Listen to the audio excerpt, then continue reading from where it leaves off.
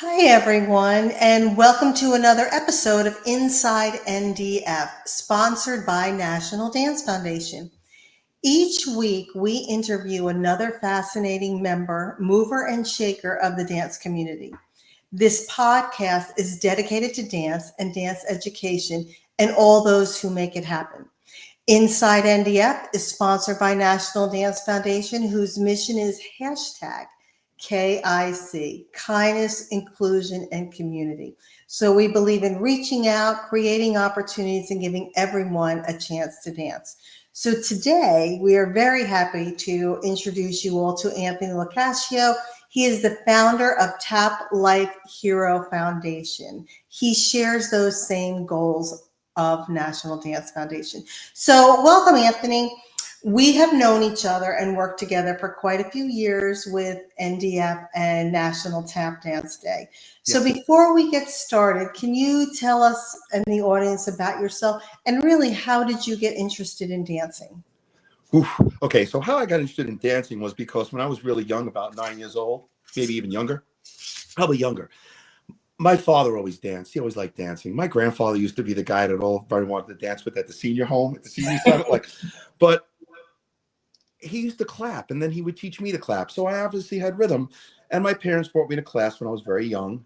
Couldn't stand my first dance teacher. Not good. I don't think they knew what to do with a young boy.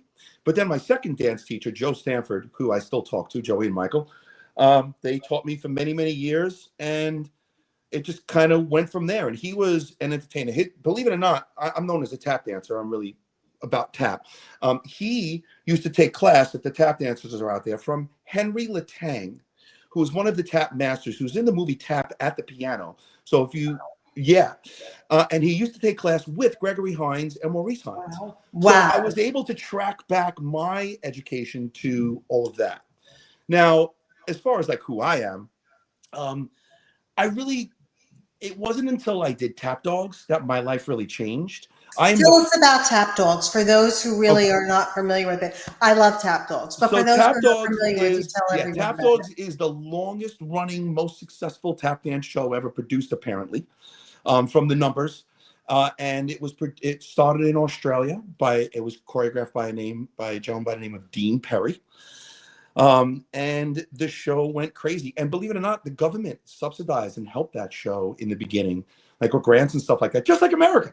Well, I know we have the National Endowment for Arts, but we're always arguing about money and stuff like that. But in Australia and other countries, they really celebrate even male dancers. So as rough and rugged male tap dancers, the show went on, and God, it's gone to pretty much every country. It came to America. It started in like 95-ish, came to America in 97. It was off Broadway. I auditioned for the show. I am the first American to get a standing role in the show Tap Dogs. And I took over for an original cast member. So for those of us who know what that means, that's really freaking cool. For those of us who don't know what that means, I'm a good tap dancer. Let's just leave it that I'm a good tap dancer. And if you want to know anything about tap dance, I'm probably someone that you want to know and talk to, especially if you love tap dance. But did you always want to perform? I mean, was this like, oh, let me just go audition, or this is something you really wanted? No, I never knew what I wanted to do. I just had a really good dance teacher.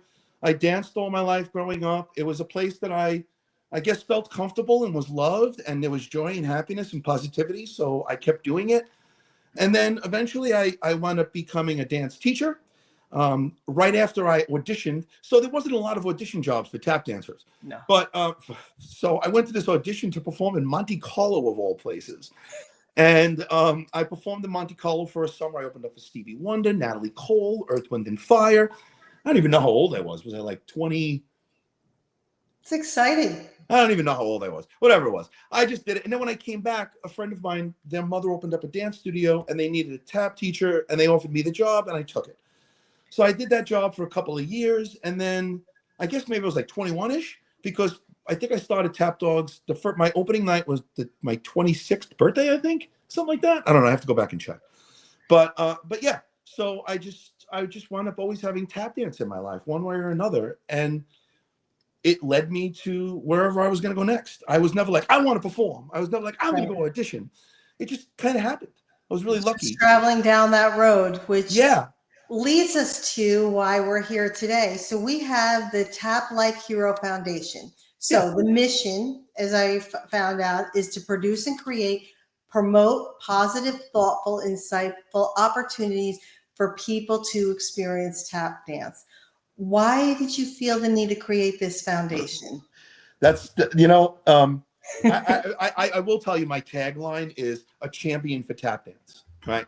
So it's Tap Life Hero Foundation. We're a champion for tap dance, whatever that means. We could talk about. But It's why big. did I? It Why did means a I lot feel to be a champion for tap dance. So that's big. right? So why did I? Or why was this created? Because after Tap Dogs, I came back to New York and I wanted to know what the New York scene was like. And when I came back to the New York tap scene, because I haven't lived here for a while, so when I came back, I signed up for the Big Apple Tap Fest as That a was student, fun. right? And that's where that whole Blurred Lines video came from. If you've ever seen the Blurred Line, if you go to at Taplife Hero, at Taplife Hero on YouTube, you could find that original We'll put video. that link. So we will put that link below. Yeah, just go. So Yeah, they I'll give you can, the link. You just go to YouTube. You could search. I can tell you the link. It's tiny.cc/tap life lines LINES live LIVE. I know that from by heart because I remember I used to type it all the time. And I came home and I started meeting the tap community that was here. I mean, I was gone for a long time performing, and through that process, I started meeting other tap dancers. I was teaching at Broadway Dance Center. That's where I met Tina. Shout out to Tina Garignac. Tina and she would come to my Broadway Dance Center class, and it became very clear that there were other people who wanted to tap dance with me. And I started looking for outlets to do that in New York. I figured, we're in New York. There'll be places for us to tap dance. We'll find places to perform. No, we won't. There was hardly any opportunities. When I found an opportunity, it was going to always cost us money. You were never getting paid. And just the whole situation was like, oh my God, this is the situation we're in. So Tap Life Hero Foundation was created out of necessity so that there was opportunities for Tap Life Hero Company to perform. Because what wound up happening was we were a company now. We're a Tap Life company. That's the performing company. right. And there was no place for us to perform. But to create opportunities because Tap Life Company was an official company, like we were an LLC. No, we were a for-profit company. Right. And, we were doing education and all sorts of things, but there was no opportunities for us. So we started to try to create them ourselves, but we realized very quickly creating opportunities for yourself as a limited liability corp instead of like a nonprofit in art was going to cost you more money. Sure. It was going to be harder. So we were like, okay, to really start producing tap dance events where my company could perform, my dancers could get paid, and we could provide opportunities for other people who love tap dance, whether it's other tap dancing companies that want to perform, audience members that don't know tap dance is still out there and they accidentally stumble upon it and discover it and fall in love with it again, adults who want to take tap classes, just anything, students that want tap, just anything. We had to create this new entity in order to provide opportunities for all of those people to experience tap dance. So That's really, so interesting. we're a champion for tap dance because we provide this opportunity for everybody that wasn't there when we were seeking it.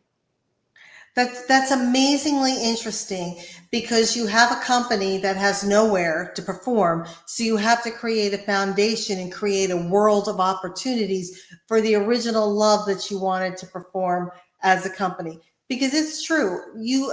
Everybody takes tap forever as a child or as they get a young adult, and they would like to do more, but there's nowhere out there to actually tap dance or do anything. So That's that super is interesting amazing. because the support system in dance studios for tap dance is not, it's all over the place. There's a Correct. million syllabuses, but nobody knows which is the right one to use. The ones that have been used forever haven't been necessarily updated and reinfused into studios. You have teachers that are teaching it that are either really great at it or know nothing about it. So then the Correct. program dies off shortly after it starts. Like one of the goals of Taplife Hero Foundation is I would like to work with somebody. I have someone in mind that I'm working with now of creating a syllabus for tap dance that has nothing to do with tap dancing. It has to do with taking your younger students and preparing them for tap dancing and giving them the motor skills they need so that when the tap dancing starts to happen, they have an honest chance of learning it, getting good at it, and then falling in love with it. But I don't think a lot of the students have that opportunity anymore because Everybody the wants to relationship learn to it everything isn't right there. away. What's that? Everybody wants to learn everything right away. And That's it's a whole nother interesting conversation, Kat. How many podcasts do you want to do together? Because you and I are We going to can hit do on many. so many We can things do that we many. want to talk about. We're going to wind up having a weekly conversation with a sidebar at the end. So go ahead. I love it. Love Yeah. it. But I was laughing when you were talking about preparing young students, because I was a dance teacher too, preparing young students to be able to tap. So, in every preschool class, the 3 and 4-year-olds is always ballet and tap, ballet and tap. So you have these little things in there who weigh nothing and can't get any shuffles out of their sounds out of their feet and get so discouraged. I always remember as one little one, she was just so tiny, and her mom and I just smiled, and she said that she really needed to return these tap shoes because they weren't making any sound. She barely could connect with the floor, and she was so light they didn't make any sound. So that is true. That would, hey, listen, I'm all with you. I'll be happy to find that syllabus. Listen, that's really funny because for years, and I'm revisiting this now, I don't think that tap shoes for the youngest kids serve them properly. And I have a method that I will not disclose publicly. Someone has to sign an NDA of where the shoes serve the dancer in a way that helps them build better technique. That would be nice. Taplife technology. It's all in I here. love it. Okay. So that'll be when a we get the future right person, podcast, I'll talk to everybody. him about it. Taplife technology will be coming soon. Now, let me talk about the biggest thing that I know that you do that we love, which it sounds far away, but it's not. May 25th, 2025. May 25th is National Tap Dance Day. Yes. So before we talk about what you're going to do for this year's event, which looks exciting, tell us when you started celebrating this and why. 9 years ago. The fact of your love of tap, that we know. Yes. So there was no, okay.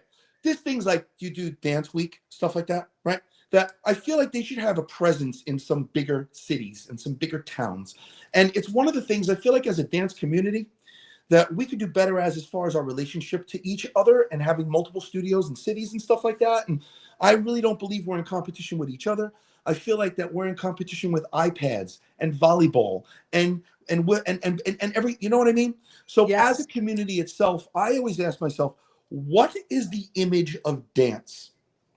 And what is the image of dance studios? Is it dance moms? Is it so you think you could dance? Is it kindness, inclusion? Is it like what is that public image? What does the everyday person who has nothing to do with dance, but then all of a sudden has a child and wants to bring them to a dance? Okay, so in line with that, what is the image of dance to regular society?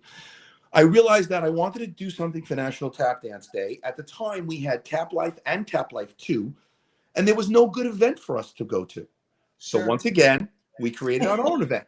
And I decided we were going to go to the beach, Rockaway Beach, because shortly before that, we had Superstorm Sandy. Yes. In the recovery, my family got devastated, along with all the families in this area.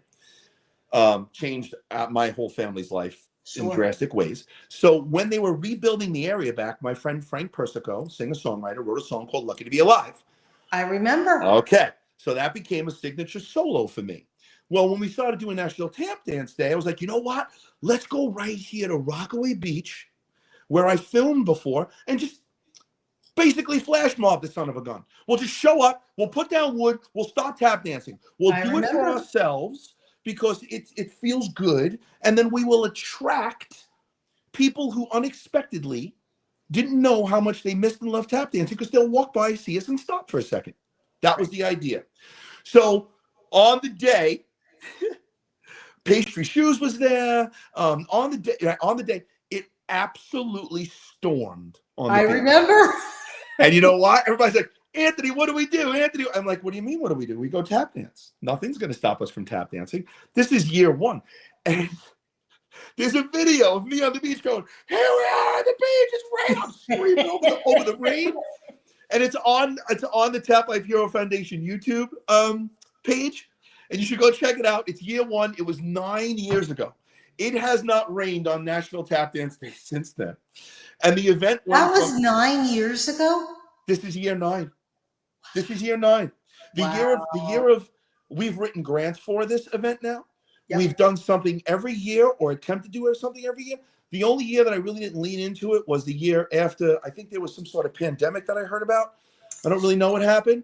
So yeah, so like that was a really, for me personally, that's a whole nother, the struggle of, do I still produce live events knowing that at any time I could be told, you can't do this event unless you follow these rules. Correct. And as an artist, I'm not picking a side. Oh, look, balloons.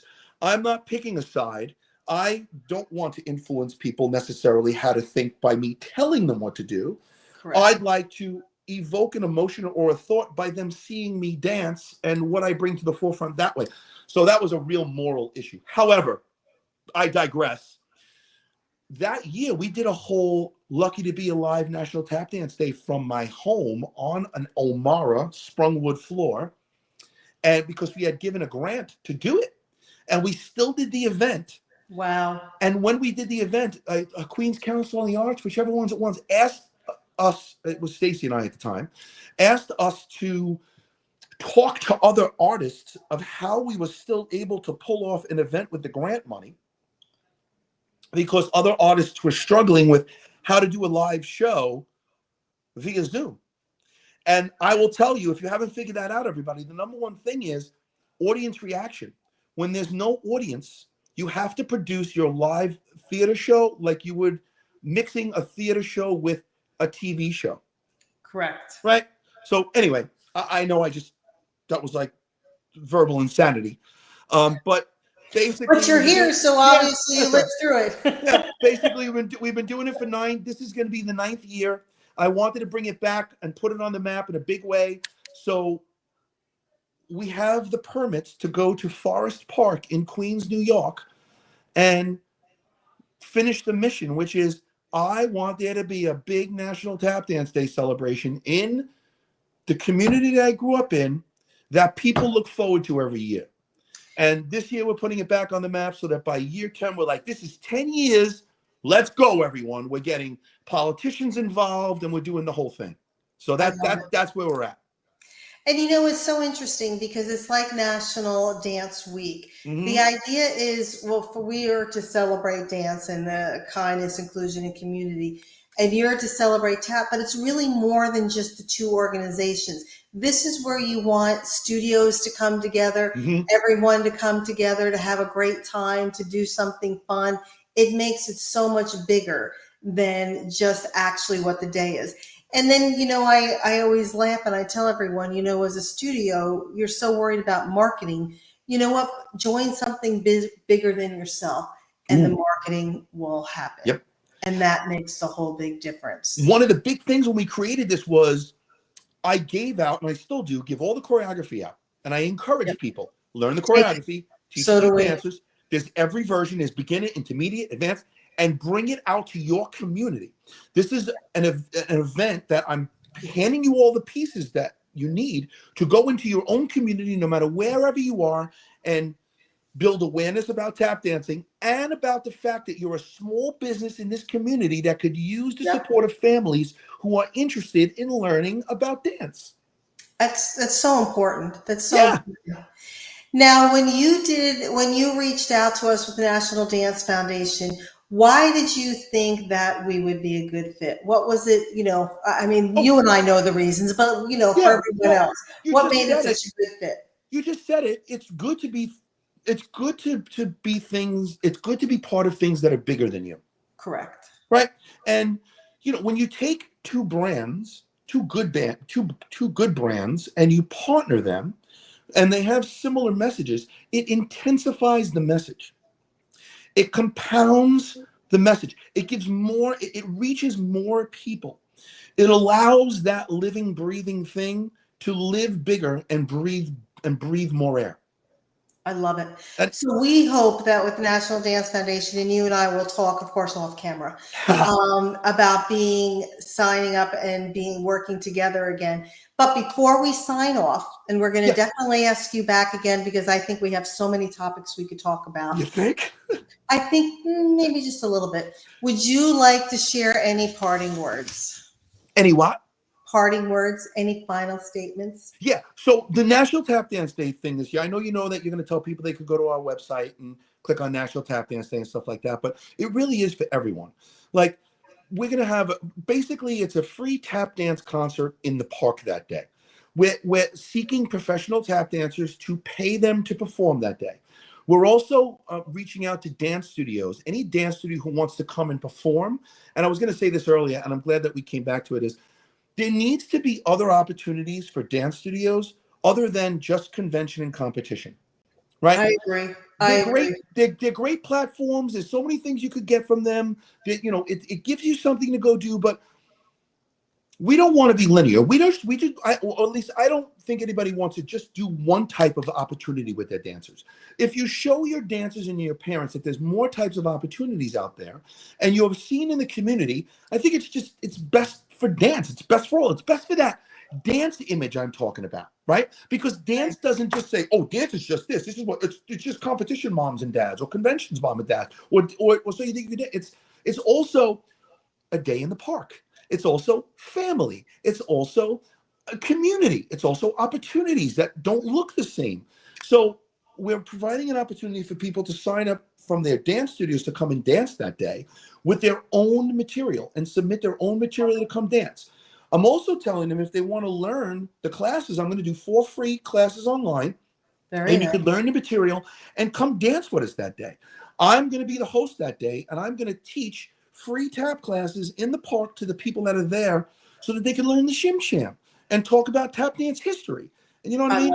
So as far as like parting words goes, this is the next thing that we're doing. I really want to get the message out and let people know what it is, that we would love for them to come celebrate National Tap Dance Day with us, whether it's online, live in person, or in the classes prior to the event, or doing it in your own community to build awareness that you exist and that tap dance exists, and just create opportunities. I love it. I love it. I love it. So we're going to learn more about that as time goes on. You can either go to the links that we have below that provided, or you can find out more about it at National Dance Foundation also. So I want to thank you again, everyone, for tuning in. And if you'd like to learn more about National Dance Foundation, please go to nationaldancefoundation.org. So as always, we will see you next Friday, or you will hear us next Friday, 12 noon Eastern Standard Time. But until then, as we always end, keep dancing. Thank you, everybody. Bye-bye. Bye-bye. Keep dancing.